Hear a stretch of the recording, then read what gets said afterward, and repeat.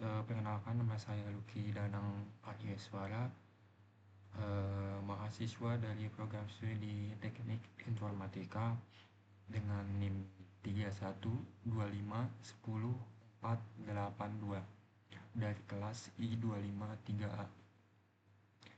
Baik, pada kesempatan kali ini saya akan presentasi atau membuat video tentang hasil perancangan Entity Relationship Diagram atau IRD untuk tugas basis data yang telah diberikan oleh Bapak dosen Agung Nugroho.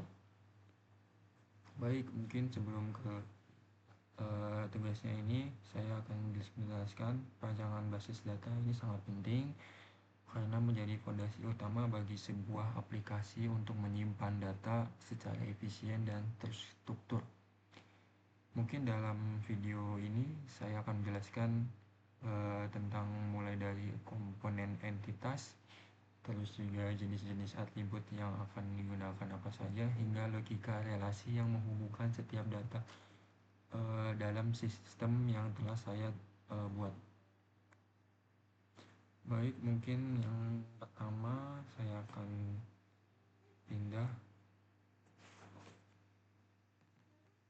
sebentar.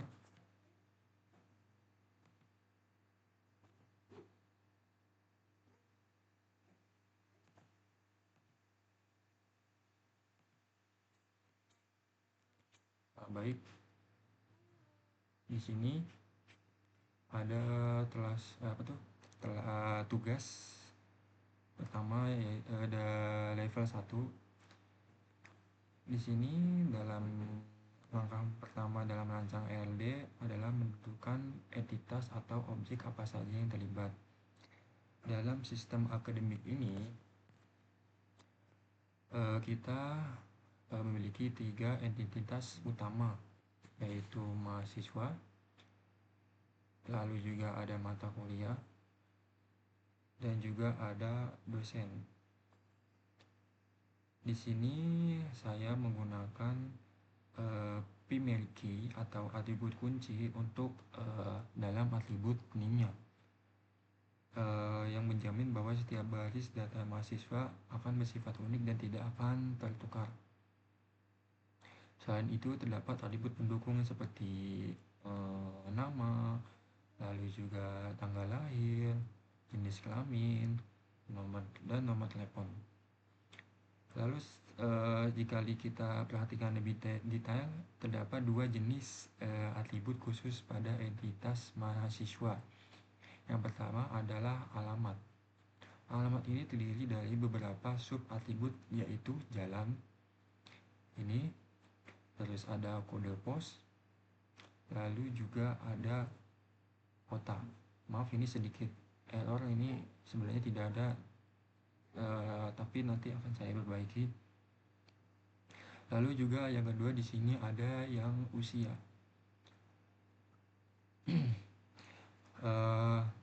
Jika kita perhatikan, kenapa usia ini berbeda dengan dari yang lain, sedikit putus-putus atau patah-patah seperti ini.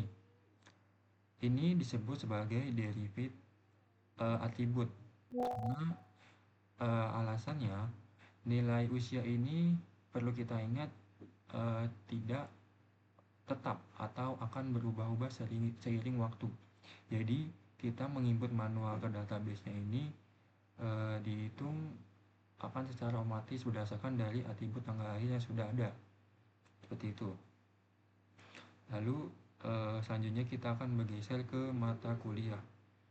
Sama halnya dengan mahasiswa, mata kuliah ini membutuhkan identitas unik yang kita sebut sebagai kode mata kuliah. Atribut lainnya yang sangat penting di sini ada nama mata kuliah dan juga SKS atau satuan kredit semester. Penentuan SKS ini krusial karena akan berpengaruh pada beban studi yang akan diambil oleh mahasiswanya nanti. Lalu di sini selanjutnya ada ke dosen. Jika kita lihat bagaimana cara sistem ini bekerja, identitas ini berfungsi sebagai menyimpan seluruh data tenaga pengajar. atribut kuncinya itu nama dosen. Ini nama dosen dengan memisahkan tiga entitas ini menjadi modul-modul yang berbeda.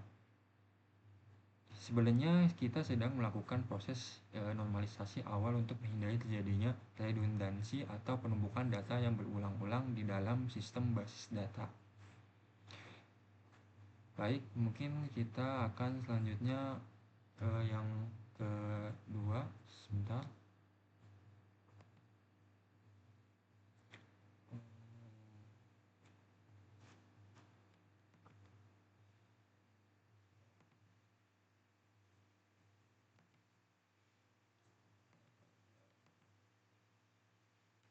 Oke, di sini ada tugas latihan pertama tapi yang level kedua. Di sini sudah kita lihat gambarnya sedikit berbeda. Di sini ada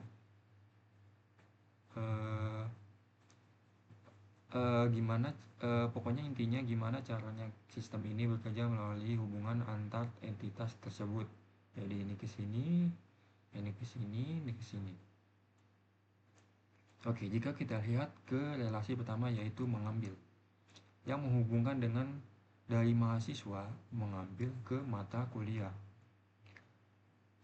Lalu hubungan ini menjelaskan aktivitas akademik utama di mana mahasiswa ini mendaftarkan diri pada mata kuliah tertentu di setiap awal semesternya. Data dari relasi ini nantinya akan menghasilkan kartu rencana studi atau KRS. Lalu yang kedua di sini ada relasi pembimbing. Relasi pembimbing ini adalah penghubung antar mahasiswa dengan dosen. Relasi ini sangat penting secara administratif untuk menentukan siapa dosen wali atau pembimbing yang bertanggung jawab memantau perkembangan akademik seorang mahasiswa. Dan relasi ketiga inilah yaitu mengajar dari mahasiswa pembimbing mengambil, yaitu yang ketiga ada mengajar, yang menghubungkan dosen antara mahasiswa, dosen, dan mata kuliah. Ini saling berhubungan. Relasi ini menegaskan bahwa setiap mata kuliah yang tersedia harus memiliki penanggung jawab pengajar kelas yang jelas. Secara teknis, relasi-relasi ini nantinya akan diimplementasikan menggunakan for each key atau kunci tamu pada tabel-tabel di database untuk menjaga integritas data antar entitas. Sebagai simpulan perancangan, sebentar, mohon maaf.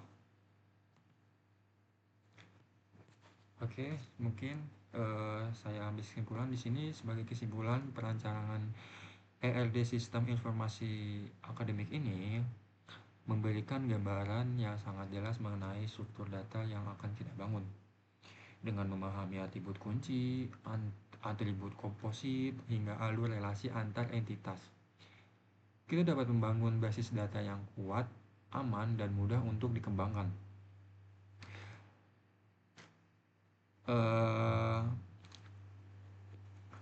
Mungkin cukup sekian dari presentasi yang saya sampaikan mengenai tugas perancangan ELD ini. Semoga dari penjelasan saya ini bisa membantu menambah wawasan baru atau mempelajari dunia basis data lainnya. Terima kasih atas perhatiannya, Bapak Dosen Agung Nugroho Eskom Mkom. Wassalamualaikum warahmatullahi wabarakatuh.